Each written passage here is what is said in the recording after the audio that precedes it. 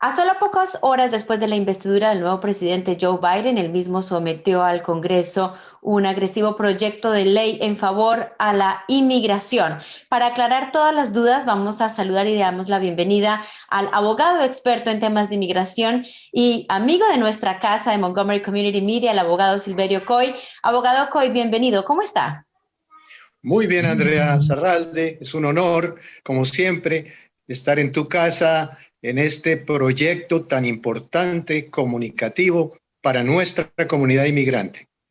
Gracias, abogado. Y bueno, hay muchas expectativas de lo que pueda pasar con inmigración. Se estima que hay más de 11 millones de personas que no tienen documentos de estadía legal en Estados Unidos y ya han habido varios tropiezos en el Congreso al tratar de pasar un proyecto de ley.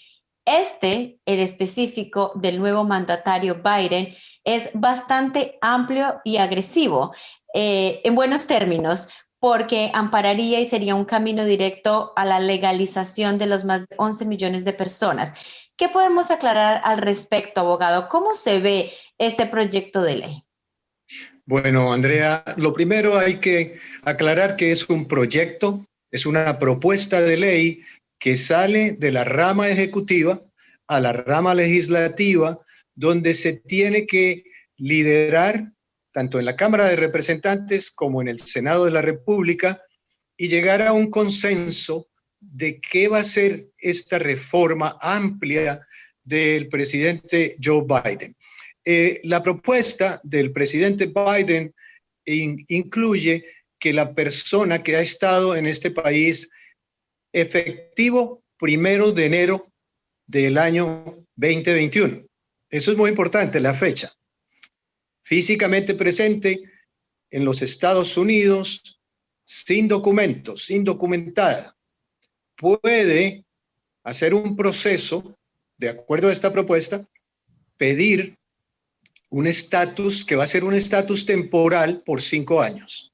A los 5 años puede pedir la residencia permanente si la persona califica, y vamos a hablar de qué se necesita, y 3 años después puede buscar la ciudadanía de los Estados Unidos. Es amplia, esto no se había visto en muchos años. La última reforma amplia que hubo fue en 1986. De modo que va a haber, obviamente, oposición en el Congreso de los Estados Unidos y en la Cámara, en las dos cámaras, el Senado y la Cámara de Representantes.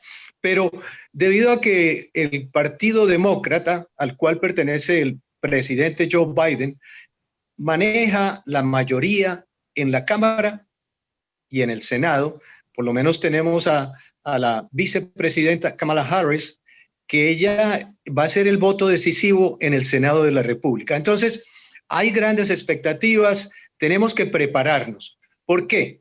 Porque lo primero que hay que hacer es buscar documentos. Ayer me llamó una señora desesperada porque quiere que su hijo se registre con DACA, porque DACA está vigente. Si cumple con los requisitos. Entonces dice, ¿qué se necesita? Bueno, documentos. Es muy importante buscar los documentos que demuestren su presencia física en la fecha clave. Y de nuevo, la fecha que se ha dicho es 1 de enero 2021. Esa fecha puede cambiar al final, pero de todas maneras hay que prepararse. Lo segundo es ponerse al día con sus impuestos. Eso es clave. Si usted no tiene una evidencia de que ha pagado impuestos durante todos estos años, va a ser difícil probar buen carácter moral. Y estoy seguro que para que la persona califique, tiene que tener buen carácter moral, haber pagado sus impuestos, no haber violado la ley criminal en los Estados Unidos o en ninguna parte, obviamente, que tenga un récord limpio, y si ha tenido alguna violación, que no haya sido severa.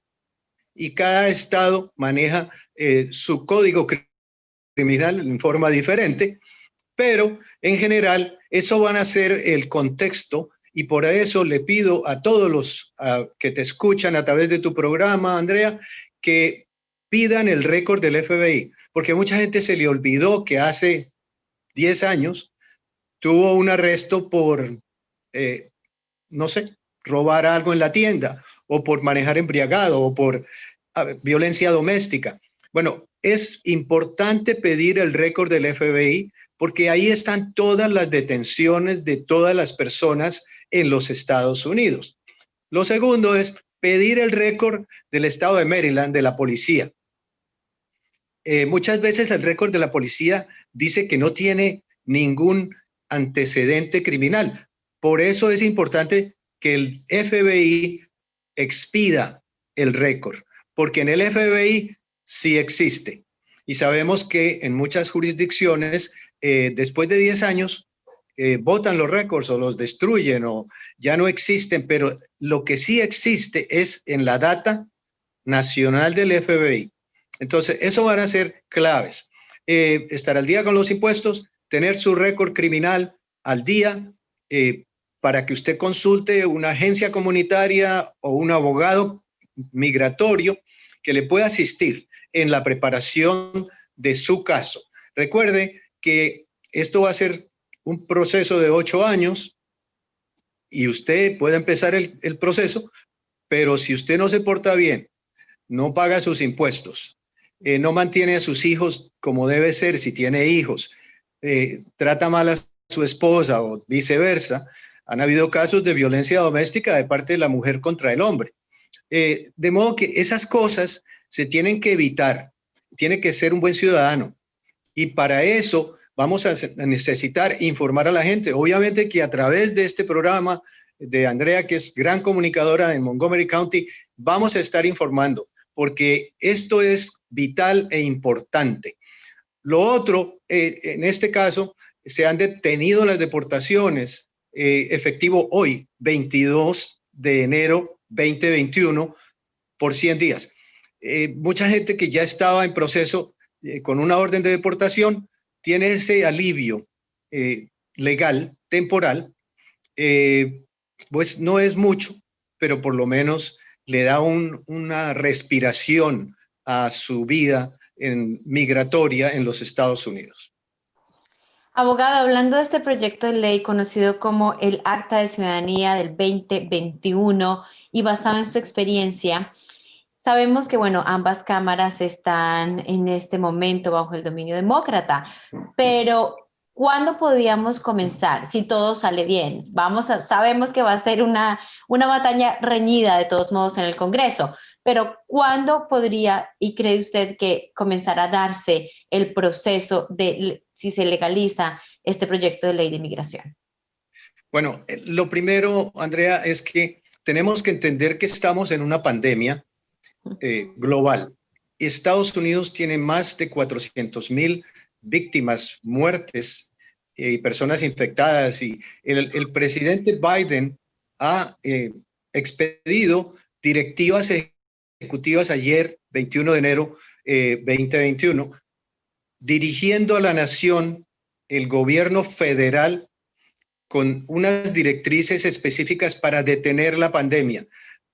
Tenemos que usar máscara, careta, para evitar transmitir o recibir el virus. Tenemos que lavarnos las manos, tenemos que mantener la distancia, muchas cosas. Tenemos que entrar en cuarentena cuando tomamos un avión o montamos en un bus, etcétera, etcétera. Entonces, eso va a ser la prioridad. Segundo, si se va a llevar a cabo una reforma migratoria, tiene que darse en los primeros 100 días. Obviamente que hay muchas cosas pendientes. La destitución del expresidente Donald Trump va a ser presentada al Senado de la República en 2 semanas. Eso nos indica que el Senado va a estar ocupado. La Cámara ya cumplió con su trabajo de presentar y aprobar las acusaciones contra el expresidente Trump, pero el Senado es el que va a tener el juicio político. Esto nos va a retrasar, obviamente, debatir una reforma migratoria amplia, como el presidente Biden la ha presentado. Otra cosa es la economía. 900,000 personas han presentado la semana pasada solicitudes para recibir beneficios de desempleo. Hay personas que han perdido su trabajo. Entonces, eso como que tiene prioridad, Andrea, porque es lo más importante para la nación. Yo diría que estamos en tercer lugar, llegando con una reforma migratoria amplia si el presidente lidera y la vicepresidenta, que como hablamos anteriormente, va a ser el voto decisivo en el Senado, si se logra convencer a un número de por lo menos 17 republicanos, tanto en la Cámara y en el Senado, por lo menos 10, entonces vamos a poder lograr una reforma migratoria amplia y pidamos a Dios de que así sea. Por lo menos hay que tener paciencia, ya lo aclaró muy bien, abogado, que hay otras prioridades latentes en este momento. Sin embargo, el presidente Biden también firmó 17 órdenes ejecutivas que entraron de efecto inmediatamente, que también muchas de ellas tienen que ver con inmigración. Por ejemplo, los Dreamers. Hablemos de esta orden ejecutiva que afecta directamente al programa conocido como DACA, por sus siglas en inglés. Sí, recordemos, Andrea, que el presidente retirado, expresidente Donald Trump, prácticamente eliminó ese beneficio en el 2017. Luego se fue a la Corte Suprema, en la Corte Suprema le dijeron, usted no lo puede eliminar. Ahí se le fue la mano. Entonces, lo que el presidente Biden ha hecho ahora es extender esa protección a los niños soñadores que llegaron entre el 2007 y 2012 a los Estados Unidos, menores de 16 años, y que tienen evidencia de que así ha sido, que han estado presentes en los Estados Unidos, que han estudiado o que han servido el servicio militar. Aunque hoy día sean adultos, no importa, pero los protege. Pueden suscribirse ahora mismo porque el Servicio de Inmigración y Ciudadanía, bajo la administración del presidente Biden, está aceptando nuevas solicitudes y está también renovando las que ya se habían aprobado. De modo que si usted cree que entra dentro de ese grupo, no lo piense dos veces. Esto le va a dar, número uno, una estabilidad, aunque sea temporal, una defensa contra la deportación, puede tener un permiso para trabajar legalmente y pide un seguro social y usted puede actuar como un ciudadano con estatus, por lo menos. Eventualmente, tanto los soñadores como los que están protegidos bajo el TPS o protección temporal, es un estatus temporal, ellos también van a ser incluidos en la reforma migratoria, igualmente que los soñadores. Automáticamente, si se pasa esa reforma, según la propuesta del presidente Biden, al otro día que el presidente la firma, pueden estos niños soñadores, que ya son adultos, igual que los beneficiados del TPS. Y sabemos que en Montgomery County y en todo el estado de Maryland tenemos muchísimos. De modo que es una gran noticia para nuestros hermanos inmigrantes. Bueno, entre todo lo de inmigración, ya por último, para cerrar, una de las órdenes ejecutivas fue la detención inmediata de la construcción del muro en la frontera con México. ¿Qué podemos esperar al respecto? Cuéntenos un poco, abogado, de su experiencia con la construcción del muro. Esta fue otra de las órdenes del nuevo presidente Biden. Sabemos que el expresidente Donald Trump había tomado muchos fondos de la defensa del país para construir esta muralla, que según él, México iba a pagar por ella, pero al final no lo pagó. Lo que ha hecho el presidente entrante, Joe Biden, es detener temporalmente la construcción para revisar contratos, para ver si puede reubicar esos fondos de vuelta, si tiene la habilidad y la autoridad, porque eso es algo que todavía no se ha establecido. Pero esa es la parte buena, es que ya por lo menos va a no exigir que México albergue a los que buscan la protección del asilo político en Estados Unidos, porque prácticamente eso es negarles la protección. que bajo la ley de 1980 todavía cualquier ciudadano perseguido que pueda demostrar que está perseguido por razón de raza, religión, origen nacional o afiliación política, esa persona bajo la ley de asilo de los Estados Unidos está protegida. Entonces no tiene por qué esperar fuera de los Estados Unidos. Eso no quiere decir que van a abrir las puertas, eso lo ha dicho el presidente Biden. Va a ser una reacción ordenada bajo la ley administrativamente y bajo la ley federal, porque mucha gente dirá, no, pues yo me voy porque están abriendo las puertas de los Estados Unidos. No, eso no es verdad. Lo que está pasando es que esas personas que estaban allá en México esperando van a poder entrar y tener su caso ante el juez, no esperar meses y tal vez años, pero no va a pasar de un día para otro, esto va a tomar tiempo. La construcción de la muralla, del muro, que el señor Trump en su tiempo propuso, sí se han construido unas 450 o más millas, pero más que todo se ha reparado lo que ya se había hecho.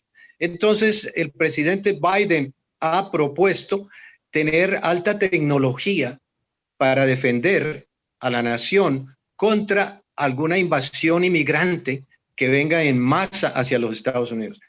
Por eso la reforma migratoria puso la fecha de enero 1 para que no atrajera a nuevos inmigrantes que quieran entrar a Estados Unidos porque están desesperados. Por ejemplo, el caso de los hermanos hondureños que han sufrido desastres naturales, que también obviamente el virus del COVID-19 los ha afectado muchísimo, igual que salvadoreños y guatemaltecos. Pero esa fecha es clave. Por eso, si alguien intenta después, obviamente, sí lo van a intentar, pero la muralla por ahora se detuvo la construcción temporalmente.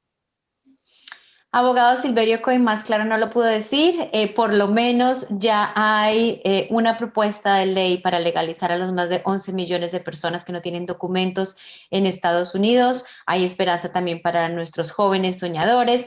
Es decir, vamos a seguir conversando, abogado, porque este es el comienzo de lo que podría ser el camino a una legalización y seguramente van a haber cosas en el camino que vamos a tener que seguir aclarando para nuestra comunidad. Muchísimas gracias por su tiempo, abogado, que esté muy bien y nos reencontramos próximamente. Muchas gracias, Andrea Serralde. Gran programa.